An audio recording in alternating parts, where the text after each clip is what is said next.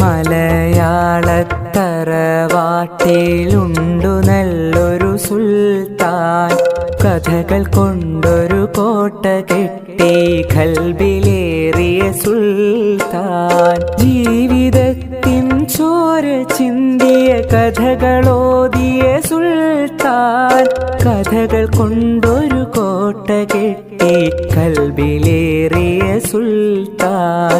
മലയാളത്തറവാട്ടിലുണ്ടു നല്ലൊരു സുൽത്താൻ, കഥകൾ കൊണ്ടൊരു കോട്ട കെട്ടി ഖൽബിലേറിയ സുൽത്താൻ.